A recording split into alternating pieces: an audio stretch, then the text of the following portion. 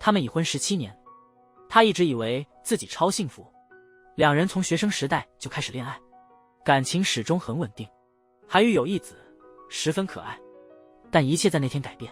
丈夫出门忘记带手机，她看到一条短信，邀她晚上到珠宝店会面。她的直觉让她觉得丈夫可能出轨了。她去找朋友倾诉，这个朋友是律师，还劝她不要想太多，因为这条信息并非说明她丈夫背叛了她。这时她也希望是自己多虑了。第二天她回到家，看到丈夫已经回来，还正和儿子一起做饭等她。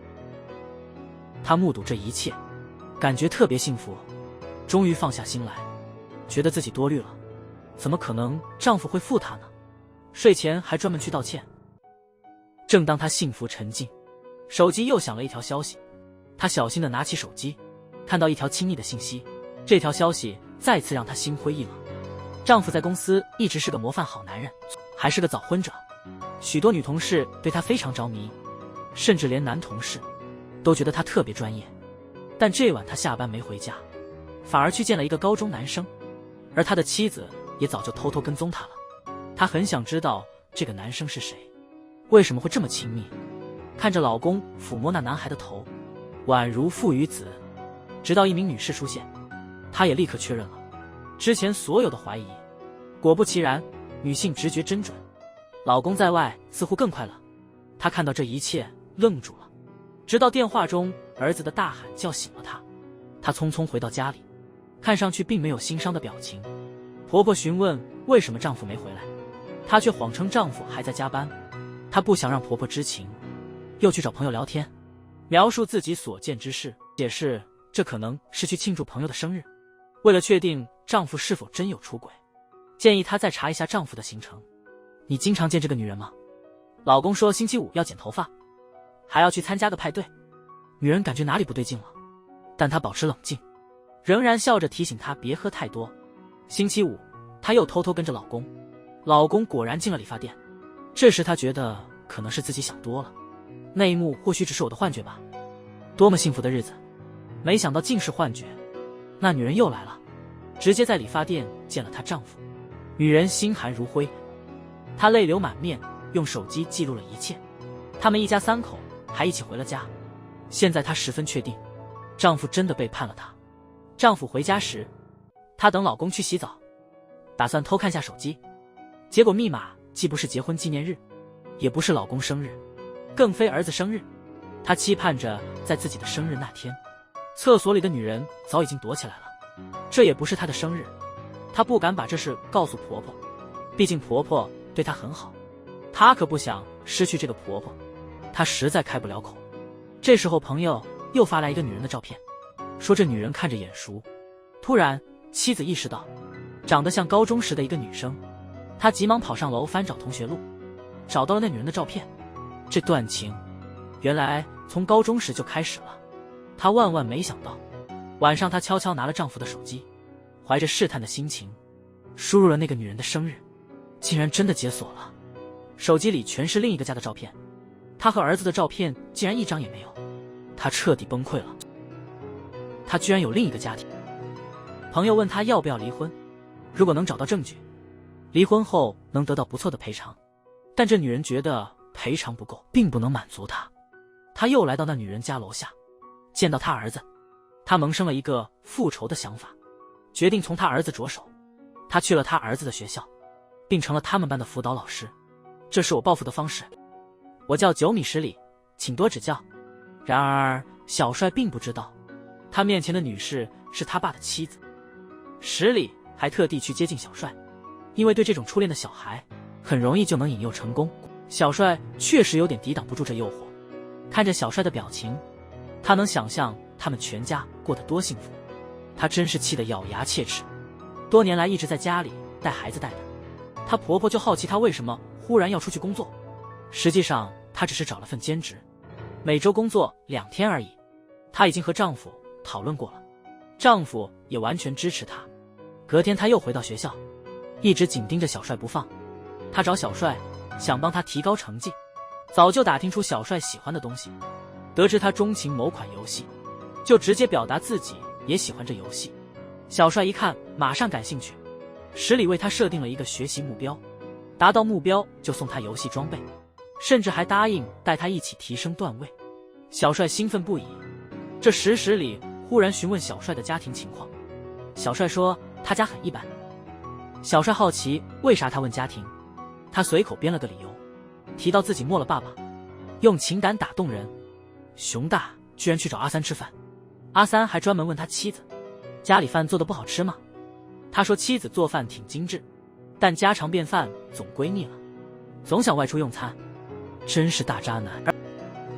闺蜜觉得自己有点过，没想到他们的婚姻会这样，但不管怎样，她还是支持十里。其实十里对她还有点希望。那天她让丈夫走回，想和他好好谈谈，丈夫也同意了。她心里还想挽回这个家。次日，小帅带着成绩单给十里看，说自己完成了他的要求。小帅成了十里的游戏好友。这时他的手机响了，一听声音就知道是熊大来电。熊大没完没了地称赞他聪明，他怒火中烧。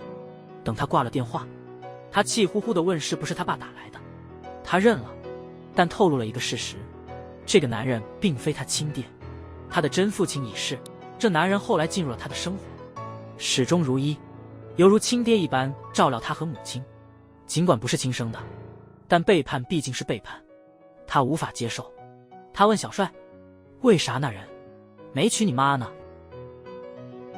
这时候一位老师进来，告诉小帅他妈妈病了住院。他急忙跑了出去，而十里心里想的是，如果熊大知道那女人住院，会不会也急忙赶去？他拿这个吓住。不久后他接到熊大的消息，说今晚不回家吃饭。他急忙跑出门，小心地在医院里找他们，却没看到丈夫。正当他以为自己多虑了，熊大却从他身边走过，他紧张的连人都认不出来了。他彻底失控，想偷听他们的对话。突然一个电话来了，学校通知他没去上课，还严厉地责备了他，只得先回家了。哄完儿子睡后，他一个人坐在客厅里等熊大。熊大凌晨才归家，还说是因为工作太晚。他终于忍无可忍，气冲冲地抓起剪刀，你今天去了哪里？你说啥呢？真是个骗子。这只是他想象的。他强忍着眼泪，决定不再原谅这男人。他决定按自己的方法复仇。第二天，小帅意外地找到了他，开始聊他梦想的大学。他问他之前做过啥，十里坦白地告诉他已经结婚了。听到十里结婚了，他显得特别失落。其实十里早知道他对自己有意思，他这么做其实是故意的，先是冷嘲热讽他，然后马上说自己只是开个玩笑，又立马给他留了一线希望。明年我弟弟就要出生了。他听到那消息后难以承受，回家连饭也吃不下了。婆婆发现她食欲下降，但她说不出真正的原因。她依然抱着希望做了孕检，但只看到一个红杠。她觉得自己快要崩溃了，因为她很想生二胎，现在机会却被人拿走。每天都是自己做饭，她孤单的漫无目的走，她不确定下一步怎么办。这时有只手抓起了她沉甸甸的包，原来是小帅。十里好奇小帅怎么会出现在这，原来这都不是巧合。得知十里住附近后，小帅一直希望能遇到他，注意到他状态看起来不佳，问他是不是感觉不太好，还担心自己刚才说错什么导致他不开心。十里马上否认，只是略感疲倦。这时十里顺势问他那个所谓的父亲知道他妈妈怀孕时的反应，没想到得到的回答竟是非常高兴。他小心地问了一句，他们会结婚吗？没想到熊大居然答应将与阿三结婚，但现在还不是时候。听到这回答，他真的很伤心，强忍悲伤对小帅微笑道别。这时候熊大回家了，从妈妈那知道他感觉不好，只随便问了几句，那女人一倒地就急冲到医院，自己却表现得这么不在乎，实际上也只能说自己没事，但他心里早已怒火中烧。他假装描述朋友的老公的不忠行为，问老公怎么看，实在太糟了。听了这回答，他忍不住觉得好笑。老公回公司后，同事提他嘴巴有味儿，因为吃了意面。女同事忽然提醒他，怀疑他老婆肯定担心其他女生靠近他，所以才用那么多大蒜来做菜，就是为了让其他女生避开他。这时候，熊大突然感到害怕，害怕自己隐藏多年的秘密曝光，因此他今天特地提早回家，故意讨好十里一番，让他觉得自己还很爱他。但十里其实在暗中使计，他准备第二天去见那个女人。他装作客人走进了自己的店，阿三一眼看到十里，脸上的表情立刻僵住了，但他得装作一切正常，问他想要什么样的发型。十里回答说想剪短发。剪发过程中，他赞美说十里脖子上的链子真漂亮。阿三有些手足无措，撒谎说是儿子的生日礼物。十里故意询问他儿子多大了，他随口说儿子刚满18岁，转眼提到丈夫送的礼物和他项链是同一个品牌。阿三显然心乱了，甚至有了孕吐反应。他跑到洗手间冷静片刻，准备离开时，看见十里，他吓了一大跳。十里不断追问他孩子的父亲是谁，出乎意料，阿三居然说自己没对象。他转身质疑，单身还怎么怀孕？你真是了不起。十里不时大惊小怪，把阿三吓得不轻。十里突然提起自己的儿子，说他正处在花季雨季，提醒要防止他被女人骗了。阿三很看好他儿子，觉得他纯粹像块木头，只知道读书，这年龄的孩子谁能说清呢？什么？听到十里的话，他竟感到些许慌张。十里最后还告诫阿三，如果那男人知道她怀孕还不肯结婚，那明显是在玩弄她的感情。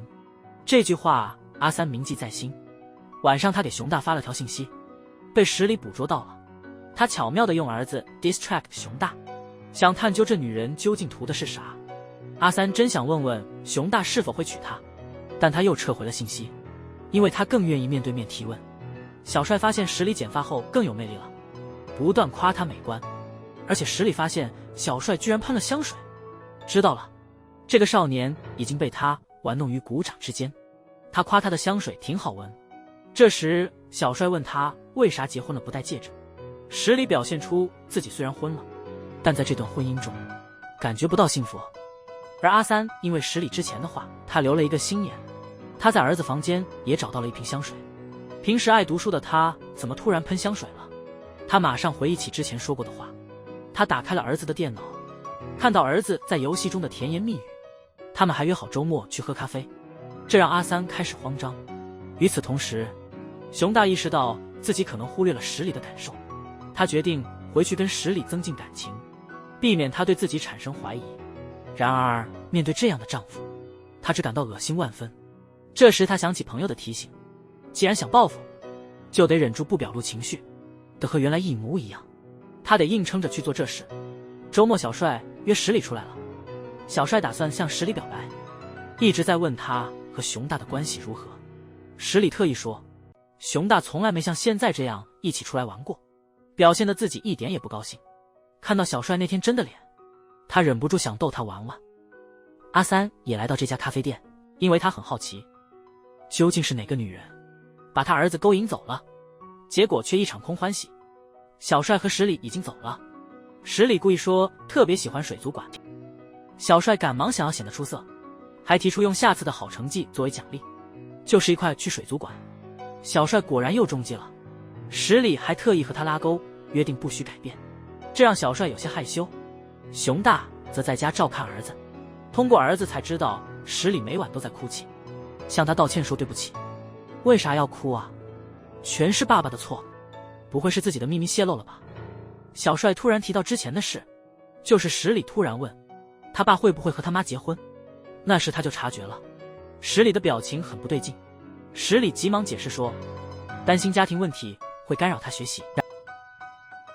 十里忽然问他对结婚有什么想法，小帅有点说不出口，但还是透露了秘密。原来小帅早就知道他爸爸有合法妻子，一直清楚他们家其实是多余的一份，但他不在意，因为只要妈妈快乐就好，即使在他们家没啥地位，他也不在乎，还觉得这样挺好。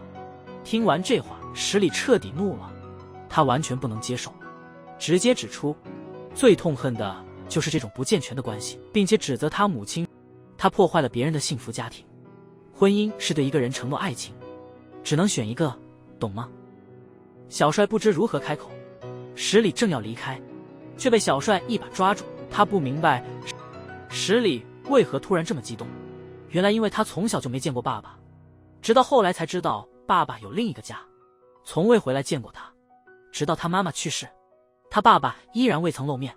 见到十里这么伤心的哭泣，小帅有点尴尬。此时听到了父亲的名字，他彻底愣住了。你说的熊大是？我丈夫，就是那个跟你父亲一样的人。知道真相后，小帅完全慌了。原来十里一直是故意接近的，破坏了我的家庭，我对你们恨之切骨，明白了吗？我靠近你的原因，这都是假的，我不想再见你。阿三一直联系小帅没回应，他很担心，这能让他们感受到罪恶。阿三竟然找到了熊大，他不知道十里为何突然在这时出现，因为熊大刚答应和他结婚，还要把肚子里的宝宝生下来。他知道自己等了10几年，终于能够成功一次了。但十里意外发现了，当他见到小帅回家，心里很是担忧。小帅没跟阿三提今天的事，一直瞒着这件事，因为他心底真的很喜欢十里。第二天他发现十里已经辞职了，喜欢他的女同学想要接近他，却被他冷落。女孩发现小帅已经真的喜欢上十里，她心里很不高兴。十里也把新情况告诉了闺蜜，她预感熊大很快会找她谈话。果不其然，熊大发信息给她了，两人打算好好谈谈。闺蜜觉得熊大可能会提离婚，结果闺蜜的猜测真的成真了。熊大已经向阿三承诺，我们会结婚对吧？对，我得去告诉十里了，但得小心点，否则什么都没了，所以需要点时间，你理解吧。这时十里已经在家等他了，准备好了一起摊牌。可是等了好久，只见婆婆回来了。婆婆一到就说很担心她，还问了她熊大是不是做了一些对不起她的事情。十里终于忍不住了，就把实情告诉了婆婆。婆婆看到熊大回来，立刻揍了他一顿，让他跪着给十里道歉。但这些全是十里幻想的，她根本没向婆婆透露真相，因为她不想让这么好的婆婆担心他们的婚姻问题。熊大终于回来了，他一回来就和十里说，十里以为他是来忏悔对他的背叛，但事实并非如此。他说妈妈总在哭，都是因为爸爸受不了了。是小易那么说的吗？你在工作和带孩子上已经很辛苦，我还比你做了很多，还让你感到孤单，对不起，我一直没察觉。因为小帅没把真相告诉他们，他再也受不了眼前这个讨厌的男人了，已经到了他的极限。第二天，小帅竟然直接找到十里，熊大也突然出现在他后面，真相马上就要大白。十里赶忙装作不认识，先试探一下丈夫，没想到丈夫竟然撒谎，他是我大学社团朋友的儿子，对吧？听到这个回答，熊大马上表示想和小帅聊聊。回到家后，从儿子那里意外得知阿三找过熊大，还见了他，甚至还夸阿三人不错，还给他糖吃。十里一听这消息，立刻火冒三丈，因为他发现那个女人竟然开始靠近自己的儿子，他忍无可忍。如果连儿子都被那女人夺走，他真的快疯了。熊大问小帅干嘛来这里，因为他之前说不想让他妻子看到他。小帅没告诉他自己其实全知道了，只是说了一句你老婆真美啊，这话怎么突然说出来？熊大感到很奇怪。当熊大回家后，十里故意问他和小帅聊些什么，熊大却不愿多谈。十里后来了解到，小帅没有告诉熊大他们俩其实认识，她对丈夫的虚伪感到厌恶，心里屡次涌起想弄死他的念头。正想出门购物，却见小帅还站在门口。他拉小帅到一边，问他到底有何居心，以为小帅是来替他妈报仇的，但小帅并无此意，而是向他致歉。原来是那天海边的那番话，他确实知道是他妈妈搞砸了。他刚才还特意去问熊大是不是真心想娶他妈妈。熊大的回答很肯定，但那位夫人，你当初不也是因爱而婚吗？我心里只有你妈妈一个人。他把熊大的话转告给十里，十里彻底绝望了，这让他们两个的和解更加无望了。他又开始利用小帅了。你支持我吗？能为我做任何事吗？对，任何事。他一回到家，就偷听到熊大打电话，钱什么时候到账？时间不多了。那么我和十里结婚就没意义了。听到这话后，他不懂这是什么意思，但这句话表明是没他想的那么简单。她趁机问老公刚跟谁通话，然而丈夫却谎称自己刚刚是工作上的事情，这让情况更加可疑。小帅回家后，连他妈都开始不理他，开始远离阿三。阿三注意到自己的儿子态度变化这么快，不晓得发生什么了。小帅去问他，熊大是否真会娶她？阿三坚定地认为熊大会娶她，他毫无保留地信任熊大。听到这个答案，小帅感到有些失望，而熊大开始怀疑，由于小帅的出现搅乱了他的计划，他得确保这时候事情不会泄露，于是急忙约妻子明天出去吃饭，庆祝他们的纪念日。十里其实早已识破了他的伎俩，假装很兴奋。她接着特地找了闺蜜，向她倾诉了所有知道的事。闺蜜也认为熊大行为可疑。至于熊大，故意选了一家超贵的高档餐厅，这次一定要讨妻子欢心。婆婆知道他俩约会，特地买了个贵重礼物，让熊大送给十里。两人餐厅里各有小算盘。十里想给熊大最后机会，他问熊大，这17年，你真心爱过我吗？熊大沉默片刻，正要说违心的话，但电话铃声打断了他的思绪。十里只好接了电话。听闻外公住院的消息，他急忙往医院跑去。熊大知道这事后，立刻联系了一个秘密人物。外公患了严重疾病，临终前想向十里揭露真相。原来十里的父亲是位富翁，十里其实是富家女儿。其实父亲非常爱他的母亲，但他家里人反对他们在一起。那时母亲已怀有身孕，只得一个人生下十里。妈妈过世后，爸爸去找过外公，外公认为他害死了妈妈，不肯原谅他。爸爸试图掩盖有私生子的事情，想通过钱来处理这件事。外公特别生气，那笔钱他一直留着到现在。今天他决定把所有钱还给十里，希望十里能过得更好。十里在回家的路上，突然想起熊大那天电话，还发现了许多细节。原来熊大早知道自己是富家女，他感到非常害怕。明明是今天我才知道这事，为啥熊大早就了解了呢？肯定有猫腻。他害怕地找到了婆婆，婆婆很温柔地安慰她，因为此刻她只能依赖婆婆。碧丽 X 婆婆想出门买点甜品给她，可就在这时，婆婆的手机在桌上突然响了。她看到手机信息是熊大发来的，内容是他们要开始行动，榨取家里的财产。婆婆突然冒出来，直接夺走手机走了。她简直不敢相信，知道婆婆的社交账号和电脑连在一起，趁机进了婆婆的房间输密码，打开了信息，看到了令人震惊的一幕。原来婆婆早就知道阿三，甚至还拉了个群，一起谋划怎么分她的财产。她还发现了婆婆和他们的合影，她彻底崩溃了，自己不过是个笑话，无法原谅，绝对不会原谅。她最终明白丈夫和婆婆一家都是骗子，把自己的钱都骗走了。在聊天记录中，婆婆露出了真面目，平时装的好婆婆全是假的。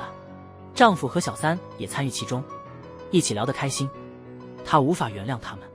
她情绪崩溃后，婆婆回来时，她假装什么都不知道，故意问婆婆年轻时的模样。婆婆毫不警惕，拿出了年轻时的照片给她看，还开始讲述她过去的故事。原来婆婆以前很穷，自己带着儿子生活，为了生计不得不找工作。那时她看到岳成家需要保姆，就这样时间慢慢过去了。她遇到了一个不同寻常的人，在一位富豪家工作，通过观察周围人来打发时间。她注意到了这个女性竟然是岳成社长的阿三，也就是十里的妈妈。她每天都在观察她和社长的互动，内心异常兴奋，竟然写了一封举报信，还偷偷拍了许多照片发给记者。也因为她十里的母亲被赶了出去，可因此自己的行为暴露了，因此失去了工作。她以为十里不知道她的出身，她曾劝对方别跟那个女人待在一起，最后还出了车祸。原来他们早就知道她的来历，还在这里装作好人。婆婆得知社长留了笔财产给她，从高中那时候开始，她已在策划如何夺取这笔钱。不过现在我很幸福，有了你和熊大在身边，我绝不会让你幸福，对你恨透了。两个人都心机深重，谁都不希望对方好。她得知丈夫的外公重病，肯定拿到那笔钱了，她终于可以解脱了。离拿到钱只差一步，看着让人厌恶的丈夫，她内心无比难受，但是又不得不继续装作没事。在真正报复之前，她又提了今早的问题，那就是17年来她有没有爱过他。她非听渣男的回答不可。虽然这是头一遭告诉你，在我们里面你最受欢迎，那话渣男其实不是对她说，而是对阿三说的。还记得高中的时候吗？熊大就对阿三一见钟情，但妈妈那时候直接出面阻止，让他去追十里，因为他知道十里是富家子，如果想要改变贫穷的命运，只剩这一条路。此时的熊大不太愿意，他心仪阿三，母亲却直接说，偷偷脚踏两条船不更好吗？面对喜欢的女人和钱，熊大果断选择了钱，听从母亲追求十里，并且成功与十里结婚。可命运偏偏如此神奇，他又遇见了阿三，而且是被抛弃的阿三。初恋是永远难以忘怀的情感，他就这么决定了，非得骗到十里的那些钱，接着跟十里离婚，然后嫁给阿三。熊大背着良心撒了谎，即使重来一次，我还是愿意和十里共度此生。虽然是假话，但是十里听到后内心其实还是有点开心，不过她不会再相信他。闺蜜知道了他们的计划后，直接劝她赶紧离婚。这次十里毫不犹豫，她决定和那个差劲的男人离婚。此时闺蜜问起小帅，十里有点内疚，其实她不该把无关的人卷入这场战争，她不希望小帅受到伤害。小帅内心很纠结，因为妈妈破坏了别人的幸福，现在他反而想帮十里报复。熊大高兴地向阿三传达好消息，因为不久后他就能得到钱，还能和他结婚。但阿三从熊大的话里发现了一件事，他早就注意到十里在接近他儿子了。他去翻了小帅的试卷，居然发现老师的签名是十里，他完全慌了。小帅一回来，他看到正在收拾行李，以为小帅要去找十里，像疯了似的不让他走，还说那女人在利用他。小帅对妈妈很失望，觉得就算被十里利用也无所谓，也不愿意留在母亲身边，还说自己就是喜欢十里。他毁了别人的幸福，他羞愧至极。阿三直接扇了他一个耳光。小帅不搭理妈妈，径直离家出走，冒雨跑到十里家。十里见小帅全身湿透，急忙让他进来换衣。没料到小帅突然从后面抱住十里，十里意识到他遇到不愉快的事了，轻轻擦他的头发，倾听他的心声。因为我妈的错，你受了很多苦，真的很抱歉。听他为自己妈妈道歉，他不想再听了。其实小帅想帮他做点事，补偿阿三给他的伤害。其实伤害不是阿三的错，而是来自她丈夫和她家人。因此他没理小帅，叫他换好衣服就让他走了。外公的病越来越重，临终前对他说了句，十里，你得过自己想要的生活。听到这句话，他终于懂得要好好过日子。熊大和婆婆慢吞吞地到了现场，尽管高兴差点没露出来。直到有一个人的闯入，这个人是悦城集团的社长，也就是十里的爸爸。看见社长的丈夫和婆婆露出惊慌的表情，十里则在旁边仔细观察他们的反应，因为接下来十里要开始他真正的复仇计划。